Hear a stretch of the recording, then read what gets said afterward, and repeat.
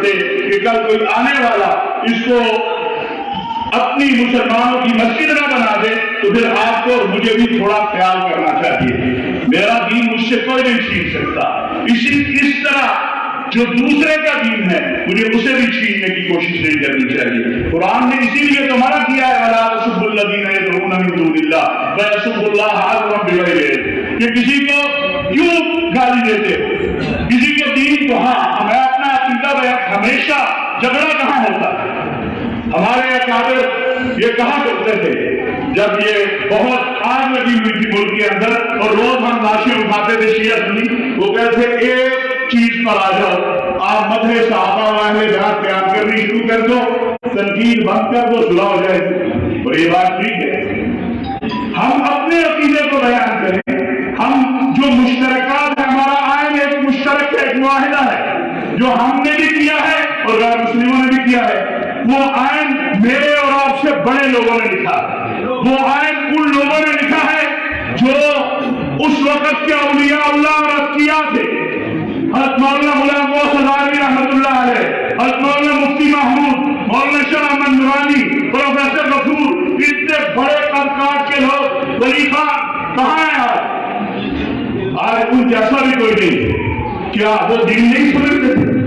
میری اور آپ کی ساروں کی فہم جو ہے وہ ایک طرف رکھ دیں سارے مل کے, تو میں سمجھتا ہوں کہ اکابرین میں سے ایک کی بھی فہم اس سے زیادہ ہو.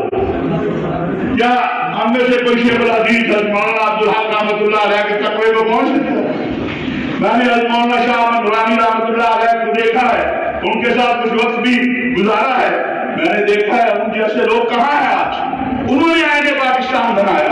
آج میں اس کے کہوں کہ اس آئین کی 9 قلم مجھے درست کرنی ہے تو بھائی میں تو معافی مانگتا ہوں, میرے میں استطاعت نہیں ہے. میرے بڑوں نے جو کیا ہے میں اس پر دونوں ہاتھوں کی انگلیاں بھی لگاتا ہوں, انگوٹھے بھی لگاتا ہوں اور اس کی تائید بھی کرتا ہوں. اس آئین نے اس ملک میں رہنے والی جتنے بھی غیر مسلم ہیں ان کے حقوق کا تحفظ کیا ہے. ہمارا قادیانیوں سے کوئی جھگڑا نہیں ہے, ماسوا اس کے کہ ہم کہتے ہیں کہ تم بھی آئین پہ عمل کرو, ہم بھی آئین پہ عمل کریں. آئین پاکستان نے آپ کو اقلیت قرار دیا ہے, آپ بھی آئین پہ عمل کریں. جو آئین کی شکیں آپ کو کہہ دیا آپ نے یہ نہیں کرنا, یہ نہیں کرنا, یہ نہیں کرنا, آپ مت کریں. آپ نے تبلیغ نہیں کرنی, آپ نے اسلامی لٹریچر نہیں چھاپنا, مت کریں. اسی طرح مجھے بھی آئین نے پابند کیا ہے کہ میں کسی کے املاک کو نہ جلاؤں, میں کسی کے املاک پہ قبضہ نہ کروں. اب بیچارہ مفتی عبد الشکور صاحب نے وہ کرسمس کی تقریب میں کہہ دیا کہ میں تو مسیحی دوستوں کو جو بھی آتے ہیں میں ان کو پیسے دیتا ہوں, وہ ڈنڈا لے کے سارے پیچھے چڑھ گئے. بھائی ان کے املاک سے جو کرایہ آتا ہے, ان کے املاک سے جو پیسے آتے ہیں, اگر ان کے اوپر وہ خرچ ہو رہے ہیں تو کیا حالت ہے. متروکہ وقف املاک جو ہمارے ہندو اور سکھ برادری کی پراپرٹی ہے, اگر اس سے وہ کرایہ آ رہا ہے یا پیسے آ رہے ہیں اور وہ ان کی بلا وبادور پہ خرچ ہو رہے ہیں تو مفتی صاحب نے کیا جرم کر دیا. لیکن ہم نے ڈنڈا پکڑا ہوا کیونکہ ہم اپنی سوچ کے مطابق آگے بڑھنا چاہتے ہیں. یہ میری سوچ تو ہو سکتی ہے, یہ دین کی سوچ نہیں ہے. دین کی سوچ وہی ہوگی جو آقا علیہ الصلوۃ والسلام کی تعلیمات ہیں اور جو سیرت مصطفیٰ صلی اللہ علیہ وسلم ہے, اور اب کوئی اور سوچ آ ہی نہیں سکتی. کیوں؟ کیونکہ میرے آقا خاتم المرسلین, آپ کے بعد کوئی نبی نہیں آنا, آپ اللہ کے آخری نبی ہیں. I'm Andrea Wicke, the Austrian ambassador, and I've been here only for 4.5 months. And I find the country absolutely fascinating. So I try to learn as much as I can. And I received the invitation for this event. And it's a religious issue. And I think religious issues are very important everywhere. And for a European, of course, the possibility of choice of religion and freedom of choice of religion is a very important issue. So I wanted to learn how it is handled in Pakistan. Ministry of religious affair کو I really appreciate them. یہ بڑا ایک important topic ہے اور پاکستان کی world wide ایک بڑا سبکی ہوتی ہے, اور پاکستان کا امیج ایسے دکھایا جاتا ہے کہ پاکستان کے اندر اس طرح کی جو معاملات ہیں ان کو لک آفٹر نہیں کرتی, ریاست پاکستان شاید سپورٹ نہیں کرتی. سو آج مورا نے جو یہ اسٹیپ اٹھایا یہ قابل تحسین ہے, میں ان کو اپریشیٹ کرتا ہوں. اور یہ ایک ریئل ایشو ہے, ہمیں اس ایشو کو دیکھنے کی ضرورت ہے. बट ये it's not something which is owned by और run by the state, individuals की है और हमें चाहिए कि रियासत अपनी जिम्मेदारी निभाए। और आज रियासत सामने आई है, बतौर मिनिस्ट्री सामने आई है, तो मुझे उम्मीद है कि अगर ऐसे वाक़यात होते हैं, उन वाक़यात की रोकथाम के लिए government is sincere, people of Pakistan they are sincere, और हमें मिलजुल के इस पर काम करना चाहिए ताकि पाकिस्तान का जो दुनिया का एक इमेज या तासुर दिया जाता है उसको ज़ाहिर किया जा सके। सकता हूँ कि ये जो वजारत मजहबी उमूर ने जो ये सेमिनार का इनकाद किया है, ये बड़ा अहम है और वक्ती है, इस पे बात होनी चाहिए। लेकिन जो ये उन्वान है, इस पे कई सारे बहस हो सकते हैं, लेकिन इसमें हर चीज़ है। इसमें फसाना भी है, फसाद भी है, और इसमें सच्चाई भी है, और इसमें बहुत सारी ऐसी चीज़ें हैं जो कि ज़रूरी नहीं है कि हकीकत से ताल्लुक़ रखती हों। तो मैं समझता हूँ कि इस सेमिनार में हकीकत का पता चल जाएगा। आज हमें वजारत मजहबी और अक़लियती अमूर ने यहाँ पे बुलाया है, मैं उनको अप्रिशिएट करता हूँ, और मैं ये समझता हूँ कि ये जो मौजू है, ये गंभीर मौजू है। इसके ऊपर हम सब ने मिलकर, जो हमारे उलमा इकराम हैं, जो हमारे अमन कमेटी के मेंबर हैं, जो हमारे इस्लामी नज़रियाती कौंसल है, सबको मिल बैठ कर एक ऐसा फ़ैसला करना होगा कि आइंदा कोई ऐसी बात ना हो सके।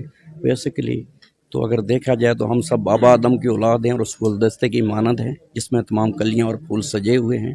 हमने इस मुल्क के लिए, इस मुल्क की बका के लिए, अमन के लिए सब ने मिलजुल कर काम करना है। मैं formerly known as advocate Bhimchand Kohli from taluka Nagar Parkar, Mirpur Khas Sindh. Recently 3 दिन पहले मैंने, यानी कि मैं खुद हल्का बगोश इस्लाम हुआ हूँ, और आज जो ये सेमिनार रखा गया है, इस सेमिनार का जो टॉपिक है वो है तब्दीली मज़हब, मबाहस व हकीकत सर। तो ये बहुत अच्छा टॉपिक है, और इस पर जो प्रोपेगेंडा हो रहा है, जो यानी कि गलत लोगों के दिल में और लोगों के जहनों में एतकादात हैं, और उस ज़मन में जो ब्लेम किया जाता है हमारी सोसाइटी में कि भी ये तब्दीली मज़हब जो ये जबरी है, तो मेरे ख़्याल में ये सेमिनार दरअसल उन हक़ाइक़ से पर्दा उठाएगा जो कि दरअसल अवाम के जहनों में गलत ख़यालात हैं। और मैं समझता हूँ कि ये एक बहुत बड़ी पेशरफ्त है। मुफ्ती अब्दुल शकूर साहब को मैं खराज तहसीन पेश करता हूँ, गवर्नमेंट ऑफ पाकिस्तान को, जिन्होंने ये सेमिनार रख कर और दरअसल यानी कि अवाम के जहनों में वो ख़दशात ख़त्म करने की एक पहली कोशिश की है। इंशाअल्लाह अज़ीज़ यहाँ पर बहुत से अच्छे दोस्त आए हैं, और वो सब मिलकर इंशाअल्लाह अज़ीज़ हम गवर्नमेंट को भी सजेस्ट करेंगे भी कोई ऐसी हिकमत अमली इख्तियार की जाए जिसके ज़रिए ये जो प्रोपेगेंडा हो रहा है, बावजूद इसके कि वो गलत हो रहा है, इसका खात्मा आ सके सर। मजहबी तब्दीली जो है पूरी दुनिया में हो रही है, ये नहीं कि सिर्फ पाकिस्तान में हो रही है, हर जगह पे ये चल रहा है। लेकिन मतलब ये कुछ लोग ऐसे हैं जो पाकिस्तान के दुश्मन हैं और पाकिस्तान को बदनाम करना चाहते हैं, जिसकी वजह से यहाँ ज़्यादा शोर है और उनको फंडिंग बाहर से आती है। वो अपने इस काम में बड़े मशगूल हैं और चाहते नहीं कि पाकिस्तान तरक्की करे। आपने देखा किस हद तक आए हैं।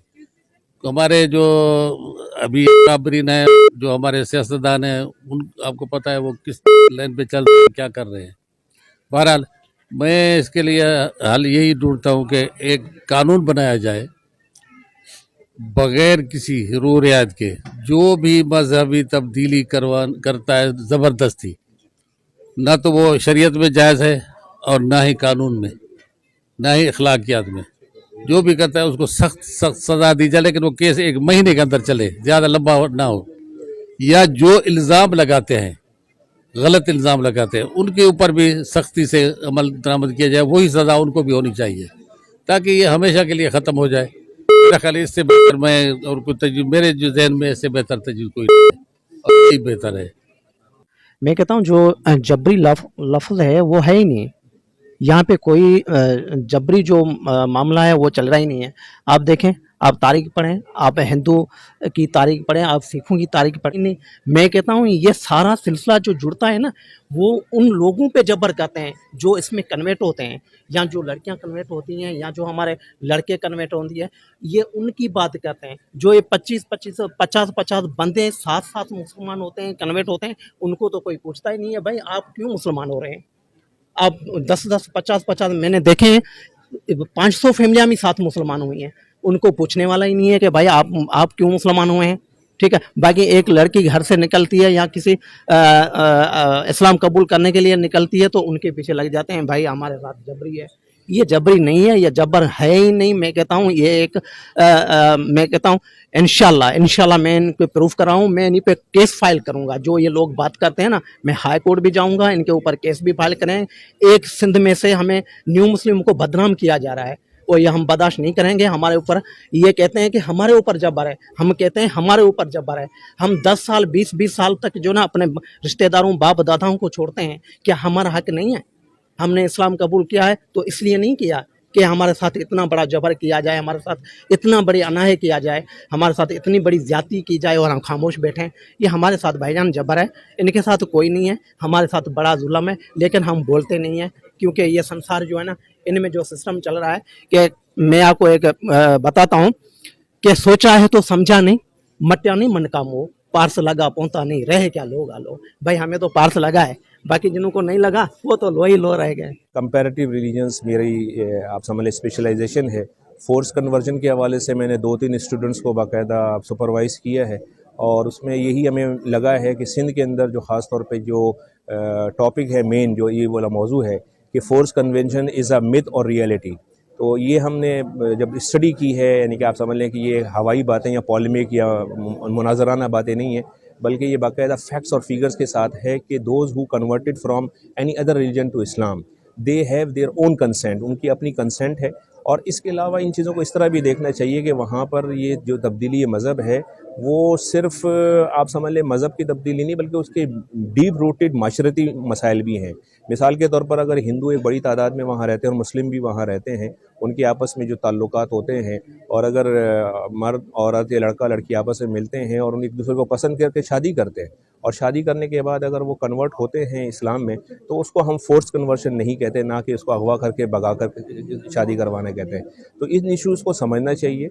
और ये मामला सिर्फ अगर इस तरीके से देखा जाए, ये जो फोर्स कन्वर्जन का, तो इसको सिर्फ इस हवाले से नहीं देखना चाहिए कि एक तरफ़ा है, और भी बहुत सारे हैं मामलात कि जहाँ पर अगर बहुत सारे मुस्लिम जो मीरपुर ख़ास और बाकी जगहों पर क्रिश्चियन हो रहे हैं या किसी और मज़हब में जा रहे हैं या सिख बनते हैं, तो वहाँ पर भी इन चीज़ों को लागू करना चाहिए कि whether they are being forcefully converted or not. Thank you very much. Very good morning ji. My name is Dr. Wahid Yusuf. I'm working as advisor, research and partnership in a Christian faith-based organization. मैं चाहूँगा कि अगर यहाँ पर कुछ और किरदार भी यहाँ पर नज़र आते जो कि इसके ऊपर एक्सपर्ट हैं, जिनके पास डाटा है और जो समझते हैं कि इस मौजू के ऊपर जिनका एक्सपर्टीज़ है, वो असहाब भी नज़र आते, तो मुझे ये जो सेमिनार था ज़्यादा कम्प्रिहेंसिव नज़र आता।